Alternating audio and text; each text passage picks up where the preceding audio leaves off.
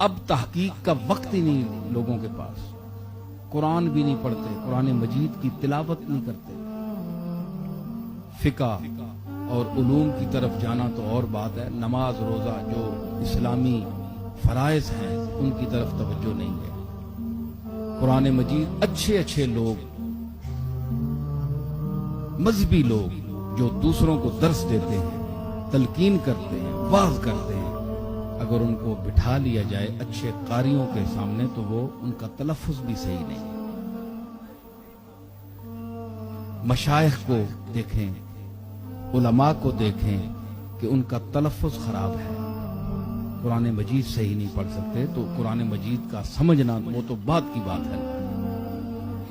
تو یہ بنیادی خامیاں ہیں ہم میں، ان کو دور کرنا چاہیے۔